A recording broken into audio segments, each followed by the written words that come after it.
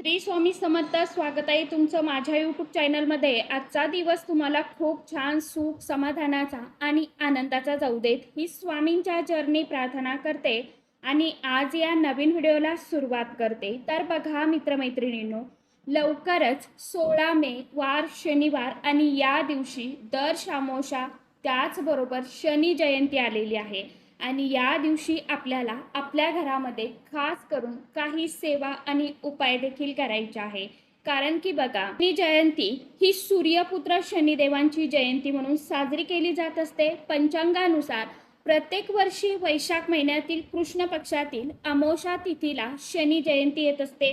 शनिदेव हे सूर्यदेव व देवी छाया यांचे पुत्र आहेत. त्याचबरोबर यम व यमुना ही त्यांची भावंडे आहेत. शनिदेव हे न्याय देवता आहेत. न्याय करणारे दैवत म्हणजे शनी महाराज आणि शनी महाराज हे प्रत्येकालाच त्याच्या कर्मानुसार फळं जी आहे तर ती प्रदान करत असतात. त्याचबरोबर ज्या व्यक्तीचे कर्म चांगले आहेत त्या व्यक्तींवरती शनी महाराजांची अखंड सदैव कृपा आशीर्वाद राहतो. ज्योतिषशास्त्रानुसार नवग्रहामध्ये भगवान शनिदेवांचे प्रमुख स्थान आहे. शनी हा सर्वात संत गतीने जाणारा ग्रह आहे. वैदिक शास्त्रात शनीच्या अशुभ ग्रहामुळे त्याला पापी ग्रह असे देखील म्हटले आहे. त्याचबरोबर मकर आणि कुंभ राशीचे स्वामी हे शनी महाराज आहे असे देखील म्हणतात की जर एखाद्या व्यक्तींवरती शनीची दृष्टी पडली तर ती व्यक्ती सामान्य परिस्थितीमध्ये सुद्धा अशुभ ठरते. ग्रह म्हणून ओळखला जाणारा शनी हा रंगाचा असून त्याच्याकडे एकूण 9 वाहने आहेत. शनिदेव हे जरी क्रूर ग्रह म्हणून ओळखले जात असले तरी देखील ते नेहमी वाईटच करतात असं अजिबात नाही बरं का.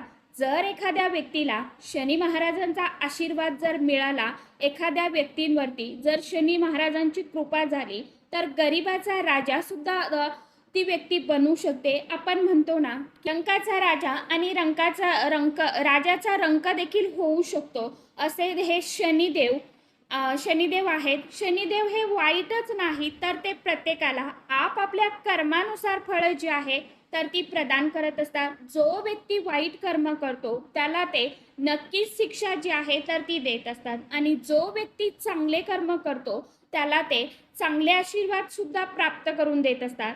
अशा या शनी जयंतीच्या दिवशी आपल्याला एका झाडाला आवर्जून स्पर्श करायचा आहे. आपल्या जीवनामध्ये बऱ्याचशा अशा अडचणी असतात. आपल्या घरामध्ये पैसा येत नाही, आपल्या घरामध्ये खूप दारिद्र्य गरिबी आहे, काही केल्या ती कमी होत नाहीये. आपल्याला जर पितृदोष असेल, शनिदोष असेल किंवा नजरबाधा असेल, या शनी जयंतीच्या दिवशी दर अमावस्येच्या दिवशी आपल्याला एका झाडाला आवर्जून नक्की स्पर्श करायचा आहे. या झाडाला एक वस्तू सुद्धा आपल्याला अर्पण करायची आहे. आपण ज्यावेळी या झाडाला स्पर्श करतो त्यावेळी शनी महाराजांचा आशीर्वाद आपल्याला हा नक्कीच प्राप्त होत असतो. त्यासोबतच आपल्या पितरांची, पूर्वजांची आपल्याला कृपा आशीर्वाद जो आहे ना तर तो देखील लाभत असतो आणि आपल्याला जर शनीचा त्रास असेल, शनीची 7.5 असेल किंवा पितृदोष असेल तर तो सुद्धा नष्ट व्हायला मदत होत असते.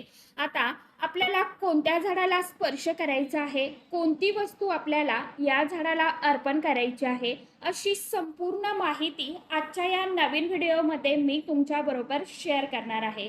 त्यामुळे तुम्ही हा व्हिडिओ स्किप न करता शेवटपर्यंत नक्की बघा. चॅनलवरती तुम्ही जर हा व्हिडिओ पहिल्यांदा बघत असाल तर चॅनलला आवर्जून सबस्क्राईब करा आणि असेच नवनवीन माहितीपूर्ण व्हिडिओ बघण्यासाठी समोरील बेल आयकॉनलाही प्रेस करा. त्यामुळे काय होईल, जेव्हा कधी मी नवीन व्हिडिओ अपलोड करेल तर त्याचा नोटिफिकेशन सर्वात अगोदर तुम्हाला मिळेल आणि तुम्ही एकही व्हिडिओ मिस करणार नाही. कमेंट बॉक्समध्ये ओम शनेश्वराय नमः हा मंत्र सर्वांनी आवर्जून लिहा.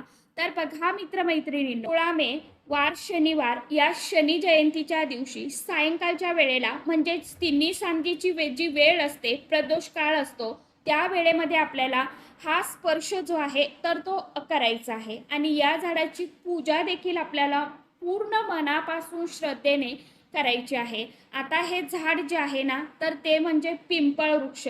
कारण की पिंपळ वृक्षाला आपल्या हिंदू धर्मामध्ये किती महत्त्व आहे हे सर्वांनाच माहीत आहे.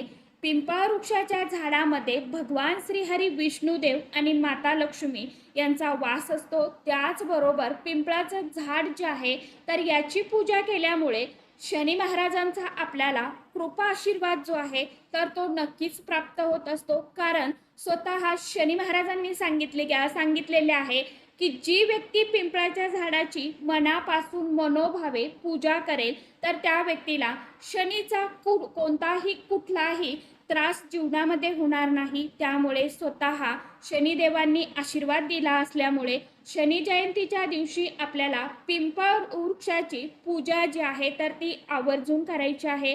पिंपळ वृक्षाला आपल्याला स्पर्श देखील करायचा आहे आणि योगायोगाने बघा या दिवशी शनिवार देखील आलेला आहे, शनी जयंती आहे आणि सोबतच शनी अमावस्या देखील आलेली आहे. त्यामुळे या दिवसाला खास एक अतिशय अत्यंत महत्त्व जे आहे तर ते प्राप्त झालेलं आहे. ज्यावेळी आपण अशा ठराविक तिथींवरती काही सेवा उपाय करतो तर त्या केलेल्या सेवेचं उपायाचं फळ जे आहे तर ते आपल्याला कितीतरी शीघ्रपटीने प्राप्त होत असतं. म्हणून ज्या वेळेस अशा संधी येतात त्यावेळी आपण ती सोडायची नसते. तर बघा आता ही पूजा करत असताना आपला आहे तर तो घ्यायचा आहे. शक्यतो करून कणकेचा दिवा आपल्याला तयार करायचा आहे. चौमुखी दिवा तयार करून घ्यायचा किंवा मग तुम्हाला शक्य नसेल तर एखादं निरंजन किंवा तुमच्याकडे जो दिवा असेल किंवा मग तुम्ही मातीची पंती घेतली तरी देखील चालणार आहे. प्रयत्न करा की तुम्ही कणकेचा दिवा तयार करणार. तर त्या कणकेच्या दिवा तयार करत असताना तुम्हाला गव्हाचं पीठ घ्यायचं आहे, थोडीशी चिमूटभर हळद टाकायची आहे. फक्त आपल्याला मीठ त्यामध्ये घालायचं नाही. घट्ट असा गोळा बनवायचा, त्याचा चौमुखी दिवा आपल्याला तयार करायचा आणि ज्यांना नाही शक्य झालं त्यांनी पंती घेतली तरी देखील चालणार आहे. यामध्ये आपल्याला 4 वाती ज्या आहेत ना तर त्या घ्यायच्या आहे. यामध्ये आपल्याला तिळाचं तेल घ्यायचं आहे. तिळाचं किंवा मग मोहरीचं तेल घेतलं तरी देखील चालणार आहे. जर आपल्याकडे तिळाचं तेल नसेलच तर मग मोहरीचं तेल घ्या. ते पण नसेल तुमच्याकडे, दोन्हीही नसेल तर मग आपण खाण्यासाठी घरामध्ये जे साधं तेल गोड तेल वापरतो तर ते टाकलं तरी देखील हरकत नाही. काही अडचण नाही आहे, चालेल. आपल्याला यामध्ये चिमूटभर काळे तीळ जे आहेत तर ते आवर्जून टाकायचे आहे आणि असा हा दिवा जो आहे तर तो सर्वप्रथम आपल्याला पिंपळ वृक्षाखाली आपल्याला प्रज्वलित करायचा आहे. मात्र एक लक्षात घ्या, दिवा डायरेक्ट जमिनीवर कधीही ठेवायचा नाही. फुलांच्या पाकळ्याचं थोडंसं दिव्याला आसन द्या किंवा मग खाली पडलेलं एखादं पिंपळाचं पान असेल तर ते घ्या, त्यावरती हा दिवा ठेवा किंवा मग सोप्यात सोपं अखंड तांदूळाच्या अक्षदा ज्या असतात तर त्याचं तुम्हाला आसन द्यायचं आहे. त्यावरती हा दिवा तुम्हाला ठेवायचा आहे. दिवा प्रज्वलित करायचा आहे. दिव्याला मनोभावे हळदी कुंकू अक्षदा फूल अर्पण करायचं आहे. मनोमन नमस्कार करायचा आहे आणि पिंपळ झाड असेल तर त्या ठिकाणी आपल्याला तिन्ही सांजेच्या वेळेला जायचं आहे. लक्षात घ्या, सकाळी जायचं नाही तर प्रदोष काळामध्ये तुम्हाला हा उपाय करायचा आहे. आणि सर्वप्रथम दिवा प्रज्वलित करायचा. दिव्याला सांगितल्याप्रमाणे हळदी कुंकू अक्षदा फूल अर्पण करायचं, नमस्कार करायचा, अग्निदेवतेची पूजा करायची आणि यानंतर आपल्याला पिंपळ वृक्षाला जल अर्पण करायचं आहे. आपण ज्यावेळी पूजेसाठी जाणार आहोत त्यावेळी आपल्याला एक स्वच्छ तांब्याचा लोटा भरून घ्यायचा आहे, पाणी भरून घ्यायचं आहे पिण्याचं त्यामध्ये आणि त्यामध्ये थोडंसं आपल्याला गाईचं कच्चं दूध घालायचं आहे. चिमूटभर काळे तीळ घालायचे आहे, थोडीशी साखर घालायची आहे आणि आपल्याला हे पाणी जे आहे तर तिथे गेल्यानंतर आपल्याला हे पाणी शनिदेवांचं नामस्मरण करत करत तुम्हाला हे पाणी पिंपळ वृक्षाला अर्पण करायचं आहे. आपल्या पितरांचं देखील स्मरण करायचं आहे. म्हणजे आपल्या घरातील जे मृत पावलेले पूर्वज आहे त्यांचं सुद्धा आपल्याला स्मरण करायचं आहे, ध्यान करायचं आहे. त्यानंतर हे जल अर्पण करून झाल्यानंतर आपल्याला पिंपळ वृक्षाची पूजा जी आहे तर ती मनोभावे करायची आहे आणि पिंपळाच्या झाडाला आपले दोन्ही हात लावायचे आहे. आपल्या मनातली इच्छा व्यक्त करायची आहे. त्यानंतर आपल्याला आवर्जून काळे उडीद जे असतात ना, डाळ नाही, अख्खे उडीद, काळे उडीद आणि थोडेसे काळे तीळ जे आहेत तर ते देखील आपल्याला अर्पण करायचे आहे. आपल्याला काळे उडीद किंवा काळे तीळ आपल्या उजव्या हातामध्ये घ्यायचे, आपल्या पितरांचं ध्यान करायचं, सोबतच शनी महाराजांचं नामस्मरण करायचं. ओम शनेश्वराय नमः या मंत्राचं पठण करायचं.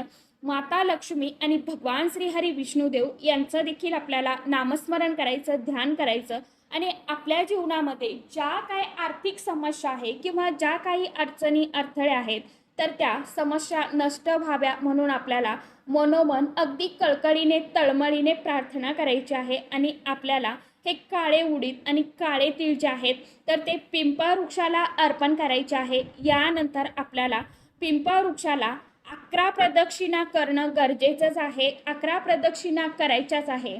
यानंतर आता आपण प्रदक्षिणा करत असताना ओम नमो भगवते वासुदेवाय नमः हा मंत्र आपल्याला मनामध्ये पठण करायचं आहे। यानंतर प्रदक्षिणा घालून झाल्या की पिंपळाच्या खोडाला आपले हात लावायचे आहेत दोन्हीही, किंवा मग एक उजवा हात तुम्हाला त्या झाडावरती खोडांवरती ठेवायचा, डावा हात आपल्या हृदयावरती ठेवायचा आणि आपल्या मनामध्ये जी काही इच्छा असेल तर ती इच्छा आपल्याला व्यक्त करायची आहे, सांगायची आहे। परत भगवान श्रीहरी विष्णुदेवांचं नामस्मरण करायचं आणि माझ्या जीवनातील ज्या काही पैशाविषयीच्या समस्या आहे, अडचणी आहेत तर त्या दूर होऊ द्या, माझ्या घरामध्ये तुमचं आगमन होऊ द्या।